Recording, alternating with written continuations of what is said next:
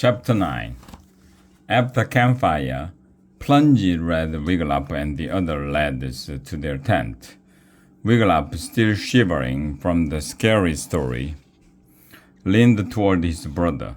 "You can sleep next to me if you are frightened, Dud," he said. "I love ghost stories," said Dudwin. "The scarier, the better." They ducked into the lad's tent. "Hey, where are the cots?" said Angus. "Cots are for domes," said Plungy. "You are at camp now. You get to sleep on the ground."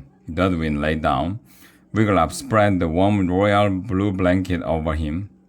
"Good night, Wiggy," said Dudwin. "Thank you for bringing me to camp." "Sleep well, Dud," said Wigglup. He rolled up in his thin brown blanket and closed his eyes. It was quiet in the lad's tent, except for Angus muttering, cream puffs," softly in his sleep. Suddenly, horrible laughter rang out. All the lads jumped up, shrieking, except for Dudwin, who was rolling around on the ground, laughing. "Dudwin, was that you?" said Wigglup. Dudwin did not answer. He kept on laughing like a maniac. "Scared you guys, didn't I?" "Yes," whimpered the top lad. The lads settled in once more, but Wigglup could not fall asleep. He worried that Dudwin would try to scare them all again. He heard what sounded like wolves howling in the woods, and the flapping wings of some large bird. He could not get the Duke of Bevermore out of his head. Where was the Bloody Hill anyway? Was it anywhere near Dragonoka Ridge? At last, Wigglup threw off his blanket. Counting stars always made him sleepy, so he snuck quietly out of the tent. He sat down on the ground.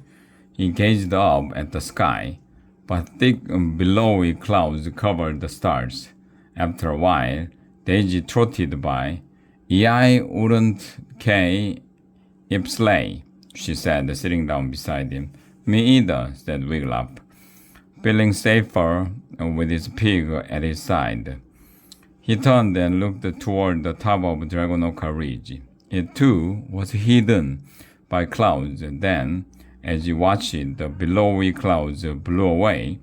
Lightning flashed, and in that flash, Wigglup saw that the ridge was lined with huge jagged stones. "Look, Daisy," said Wigglup. "Those stones! They make the top of Dragonoka Ridge look exactly like the spiky back of a dragon." "Toot-toot-toot-toot-toot!" The buggers blast woke Wigglup. Up and at them, lads!" Plungy called from somewhere outside the lad's tent. Wigglup heard the campers calling. "Look, in the sky! What does it mean?"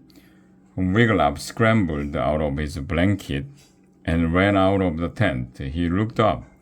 Dark billowy clouds had taken the shapes of letters that spelled out "Scram." Suddenly, Dudwin was at his side. "What's it say, Wiggy?" he asked. "Scram," said Wigglup. "'Tis an omen," wailed the top lad, nearly in tears. "Something bad shall happen." Maudie came tromping toward the tent. Lolo was right behind him. "Nothing to worry about, campers," Maudie boomed. "We get clouds in all sorts of shapes and sizes here. That's part of what makes Camp Dragonoka so special. All right, line up for the Camp Dragonoka flag raising." The campers stood silently while Yorig raised a red flag with an upside-down dragon on it to the top of the flagpole. "Repeat after me," said Morty. He put a hand to his heart and said, "Whatever I say and whatever I do, to Camp Dragonoka I shall be." He stopped. No, he said. He thought for a moment, then said, "Here we go. To Camp Dragonoka I shall be true and do what Modi says I should do." Modi grinned. "Say it with me." The campers did. "Breakfast is ready. called Lollo. On his way to Campfire Circle, Wigglytuff looked around for Daisy, but didn't see her. Cookie was handing out sticks again. "What's this?" cried Dudwin, looking at the gristly blob stuck to the end of his stick.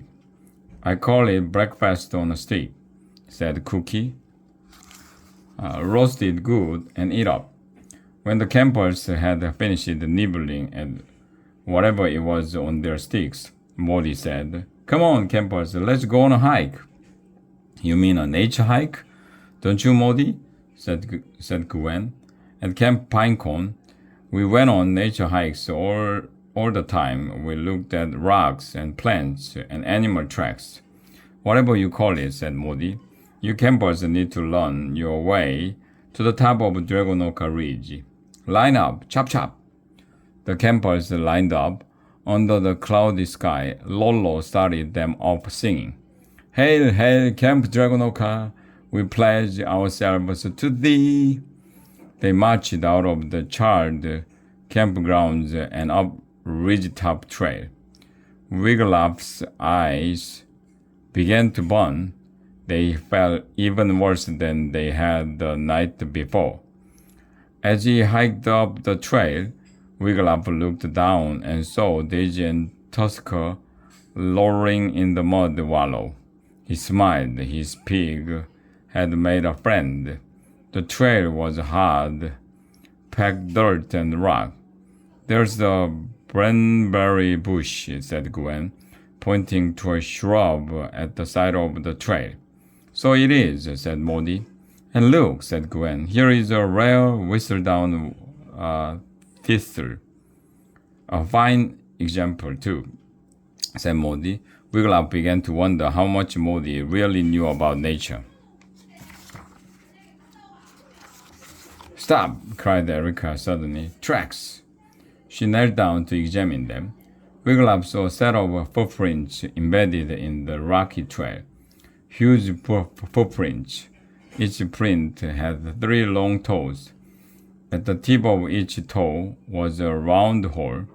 "What tracks are these, sir?" asked Toblerone, his voice trembling. "Sir is for school," Maudie boomed. "This is camp. Call me Maudie." "What tracks are these, Maudie?" said Toblerone, his voice still trembling. Why, rabbit tracks," said Maudie. "They are dragon tracks," said Erica. "Dragon? Skimagon?" said Maudie quickly. "All right, onward and upward. Pick up any pretty little stones you see," Lollo told the campers as they hiked. "We will use them to make jewelry in arts and crafts." Most of the stones on the trail were black and shiny, as if they had been burned in a fire.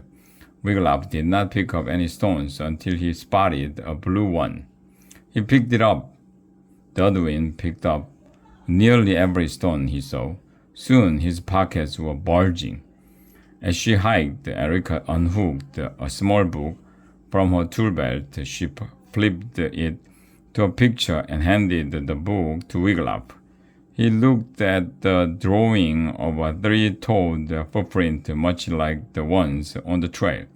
Under the picture were the words, "Dragon Track." Wigglytuff handed the book to Angus. "There's something fishy about this camp," said Angus, handing the book to Janice. "The food?"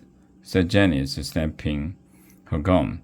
"More than that," said Angus. "I know, Uncle Maudie, there's something he isn't telling us." Ridgetop Trail grew steeper and steeper. Most of the campers had to stop to catch their breath, and all the campers complained that their eyes stung.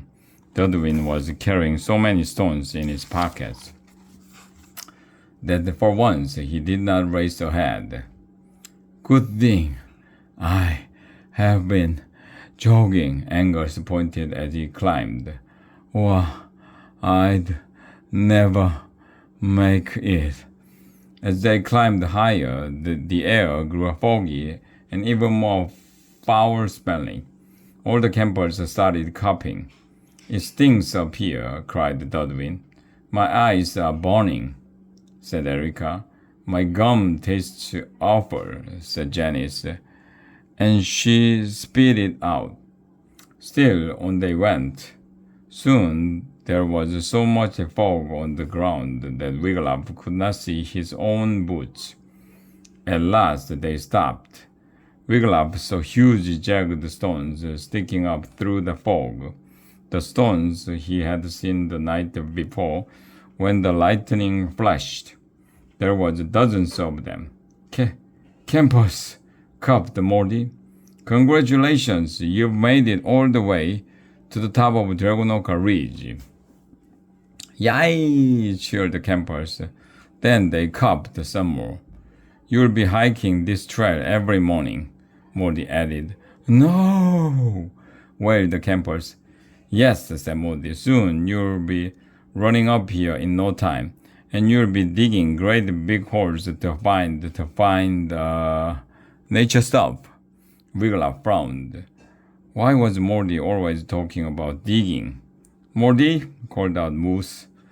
What are those giant stones? Who knows, said Morty. But they are part of what makes Camp Dragonoka so special. Brrr, Janice shivered, but not from the cold. This place gives me the creeps. You too?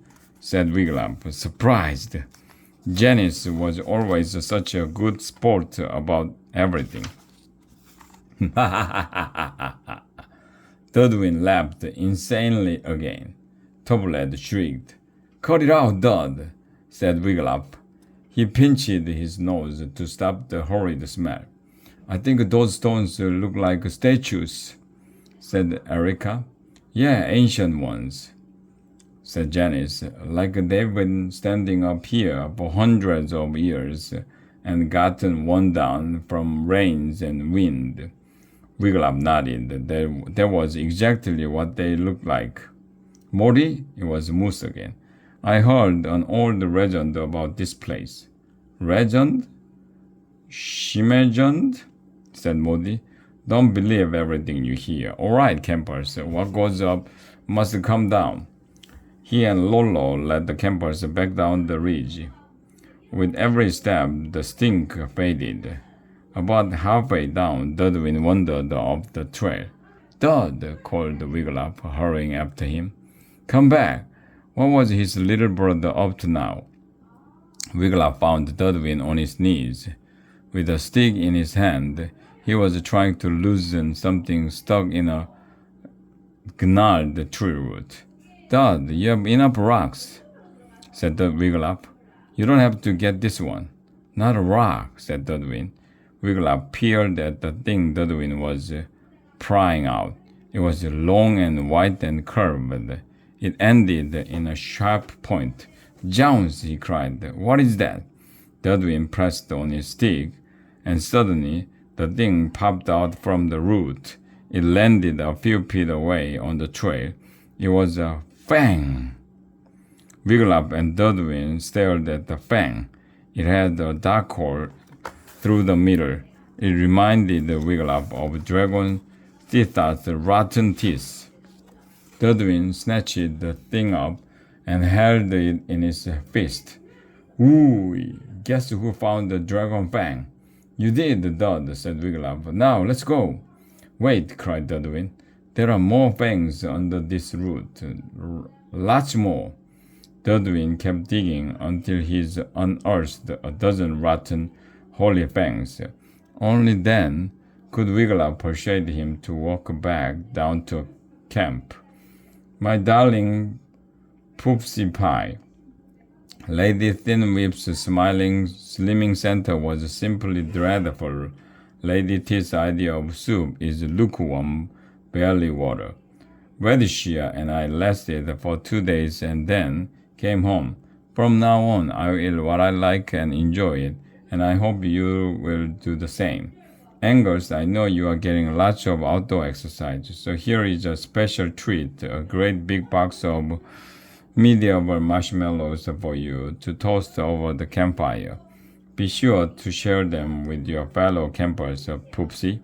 Love and kisses, Mother.